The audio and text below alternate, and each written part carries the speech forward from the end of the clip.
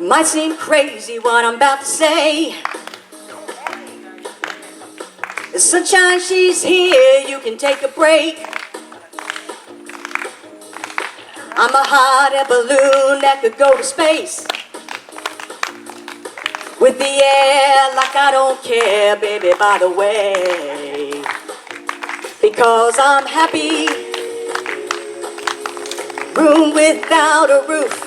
Because I'm happy. Clap along if you feel like happiness is the truth. Clap along if you know what happiness is to you. Clap along if you feel like that's what you want to do. Come bad dudes talking this and that.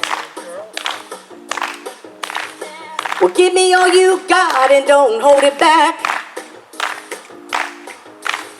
Oh, I should probably warn you I'll be just fine. No offense to you, don't waste your time. Come on, everybody. Because I'm clap along if you feel like happiness is for you. Clap along if you feel like happiness is the truth. Clap along if you know what happiness is to you. Clap along if you feel that that's what you want to do. Yeah. That's it.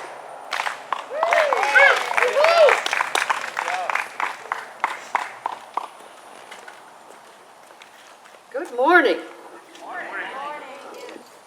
Good morning. Good morning. Even though we have a mask on, there's still a voice behind it. So feel free, because isn't it funny? The mask sometimes makes us think we shouldn't talk out loud. What is that? How does that happen? Let me open this other door so it's evident that we're open.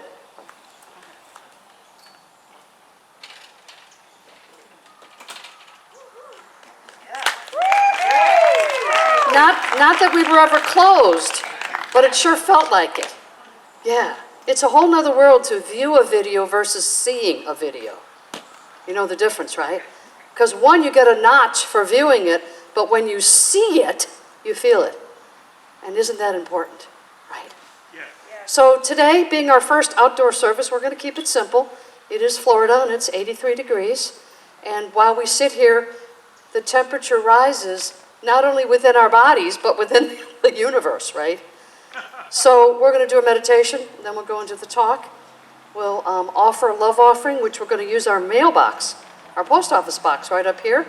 Just stick your love offerings in there if you're so inclined, and we'll make sure that we do what we do with it. And then we'll end with the peace song and the prayer for protection led by our only and purposeful Donna. Okay, so let's get still. Let's invoke this time to get still with God, right? Let's get okay with God, because that's why we're here as a community, to feel the fellowship, and what we all have in common is wanting to experience more of God in our life, however that's defined for us. Unity is an individual movement. We each get to decide how we want to interact with God. And so we teach meditation. So close your eyes if you haven't already, if you're comfortable. Put both hands on your lap because you want the universe to be open and receptive to your stillness. And both feet on the ground as we let that notion of Mother Earth permeate our body with its beautiful energy. For the energy of the earth is always changing, always revolving, always positive. That energy field, that notion that we receive the energy from the earth itself to bring us together. So we open our mind and we open our heart. And the way we do that is we just visualize our mind opening wide to receive all of the goodness from the energy field. And we open our heart and we visualize the heart opening as we let the love of God and the love of each other in fully. We all have experienced what it's like to have a closed mind and a closed heart. But for this moment, we're going to open both and just allow the presence of God to be acknowledged within our bodies. We acknowledge the presence of the permeating goodness of God in our life. We allow our very blood vessels to move through us, being part of this expression of God. Today's daily word is about protection, and the protection of all that's going on outside our universe is automatically given to us. And so for this moment, we allow ourselves to be vulnerable to the presence of God and to listen to that still small voice, that voice that guides us. That's our spiritual connection to God, that still small voice. For it can be heard very loudly when we close down our minds. Release all the negative things, the energy, all that stuff that's going on in the universe that we call real. But for right now, it's not real. It's not the life force within us. God is the life force. And so we give ourselves this pause, this wonderful pause. We've all gotten up a little earlier today, maybe to get here, and we just pause for this moment to let ourselves feel the presence of God. For truly, there is only one presence and one power in the universe, and it is God, and it is good, and it is beautiful.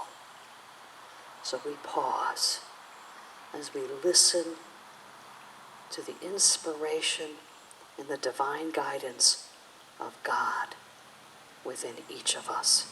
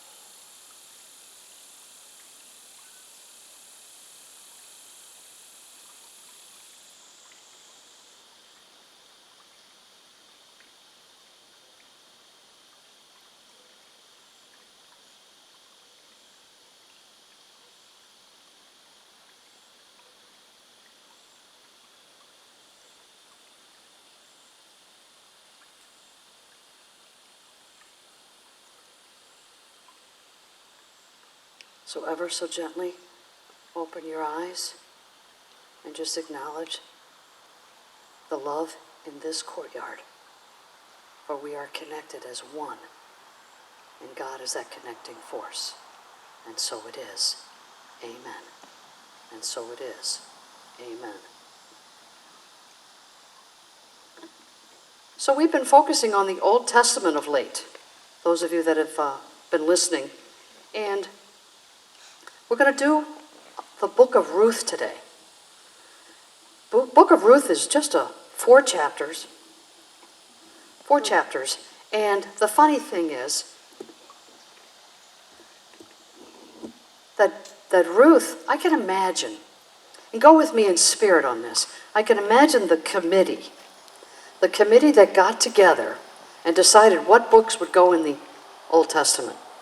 Because that is how it was done. A committee was formed. And I'd imagine that it was all done with a bunch of this faction, this political view, that political view, and they all sat behind a smoky room and decided what was appropriate for the Bible.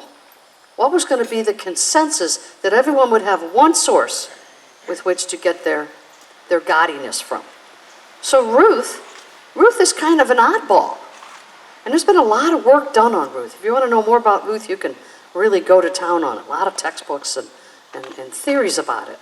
But what is said about Ruth is that this was a time where the judges of all the lands were deciding what was appropriate and inappropriate behavior.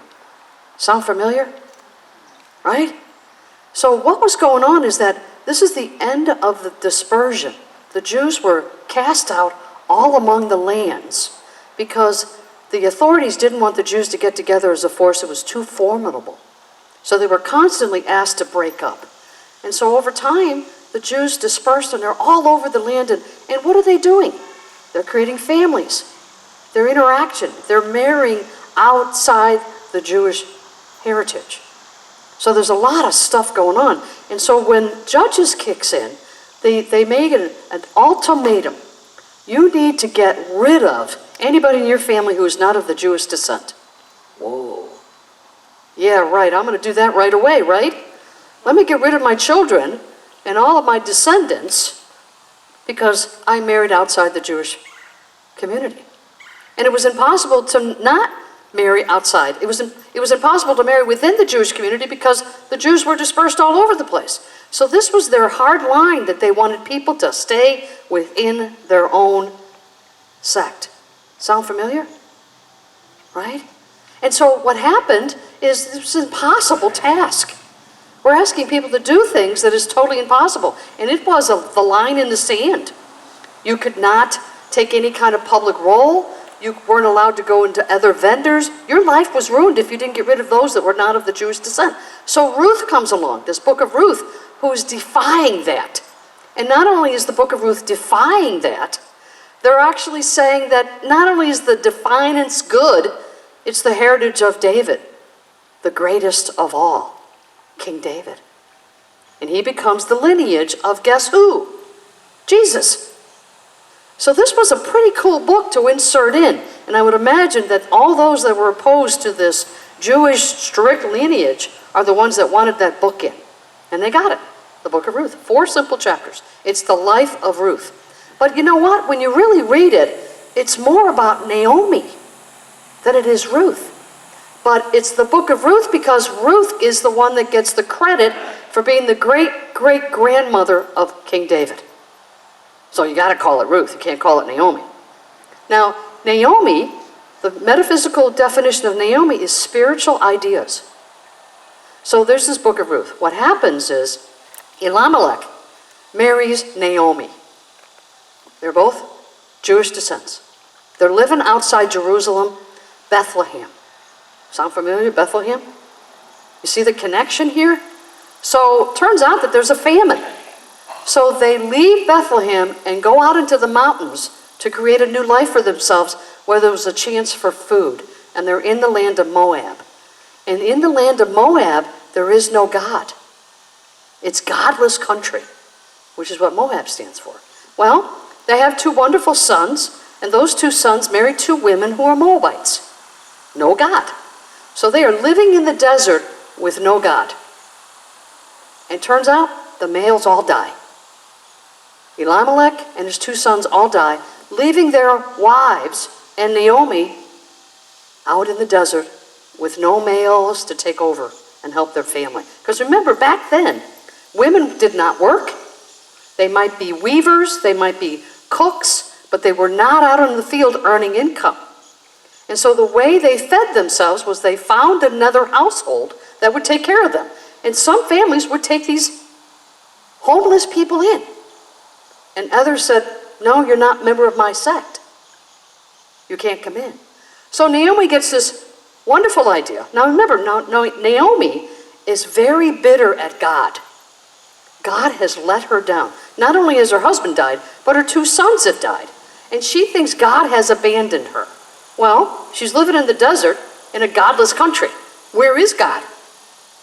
And she's blaming God for abandoning her when she's the one that left God. She departed. So she gets this harebrained idea. You know what? I think I'll move back to Bethlehem where my family will take care of me. Makes sense. I'm going to go back to what I know. And so she encourages her 2 daughter-in-laws to do the same. Go back to your families where you can be tended to. And Naomi says, no, you're my family. I left that. I left that and I'm not looking back to see what's going on. I'm going forward. I'm going to go wherever you go, Naomi. And Naomi says, no, you don't want to do this. It's hard enough to get back into your family when you've been gone for 20 years, right? Let alone bring a daughter-in-law and probably a boatload of kids.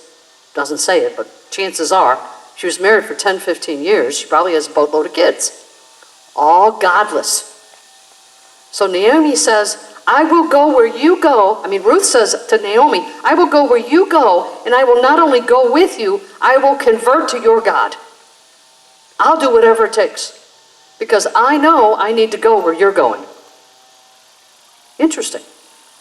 And of course, if Naomi represents spiritual ideas, then we can understand why Ruth is going with Naomi.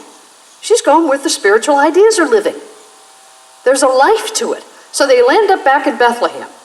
And she's been gone for a long time, but everybody remembers Naomi, and they accept her, but not into a family. She's been gone a long time. So Naomi they have to eat, so they do what's called gleaning, and it's harvest time. And so what happens is the harvesters come in and they take all the barley, the wheat, whatever whatever's left behind, the women widowers can come to the fields and pick up whatever didn't get picked up the first time around.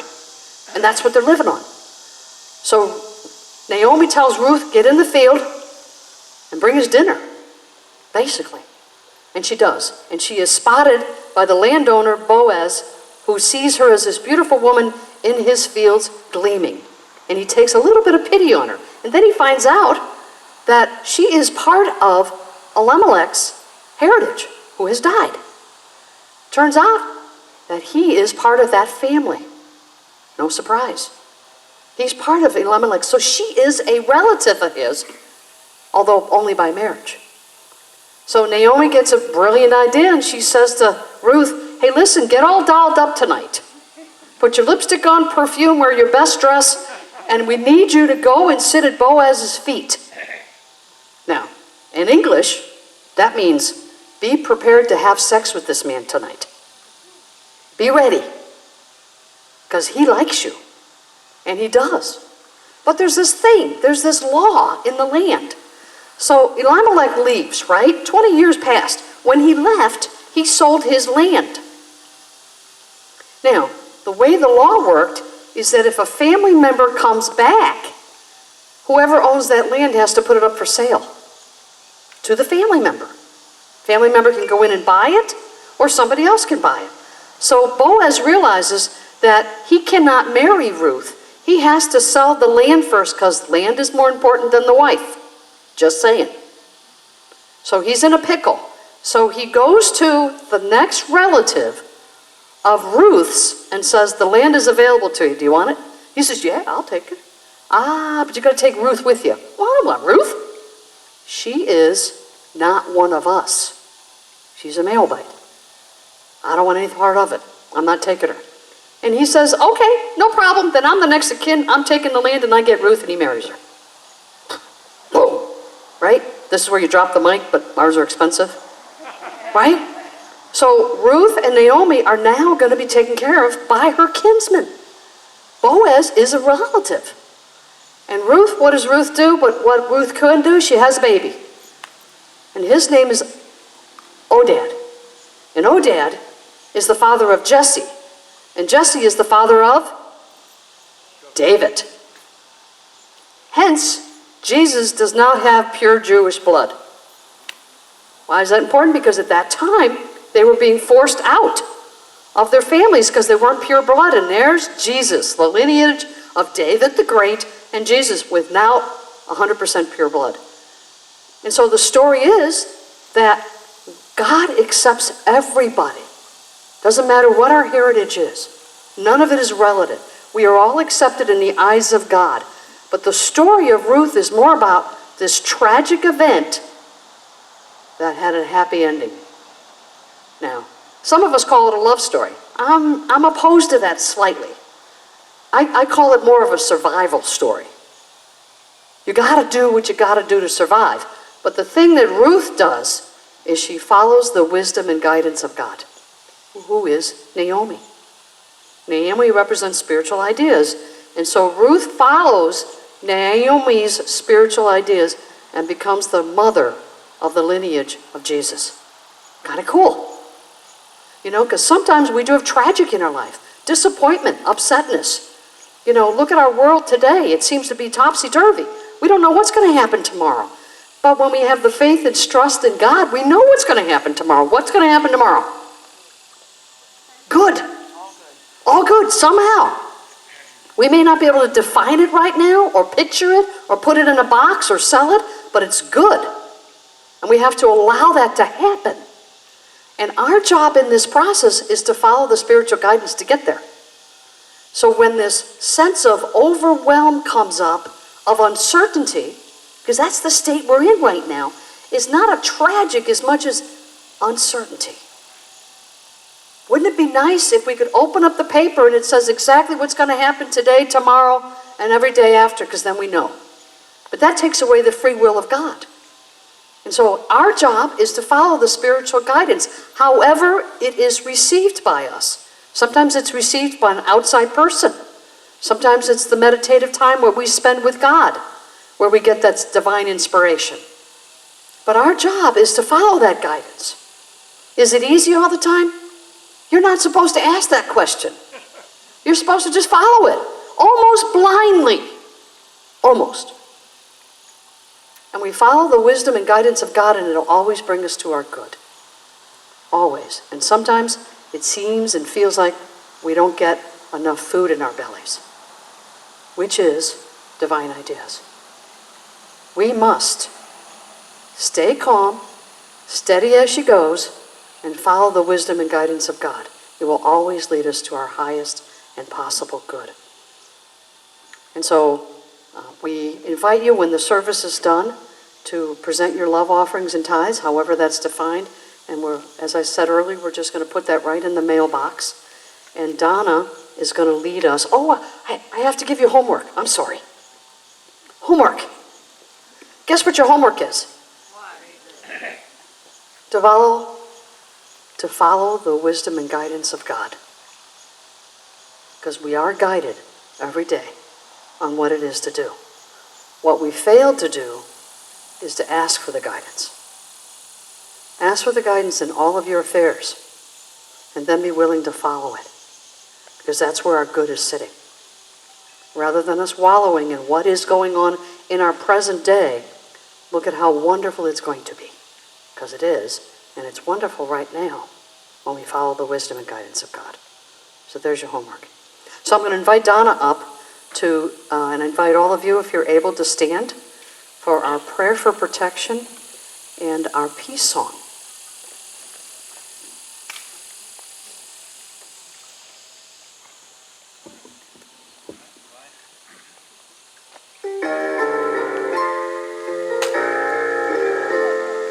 Let there be peace on earth, and let it begin with me. Let there be peace on earth, the peace that was meant to be, with God as creator, family all are we. Let us walk with each other in perfect harmony.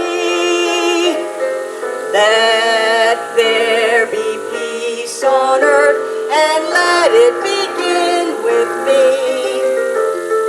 Let there be peace on earth, the peace that was meant to be, with God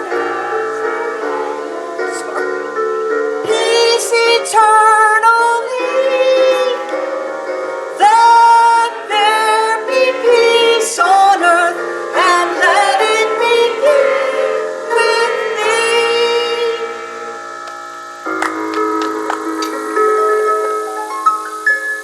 The light of God surrounds us. The love of God enfolds us. The power of God protects us. And the presence of God watches over us. Wherever I am, God is, and all is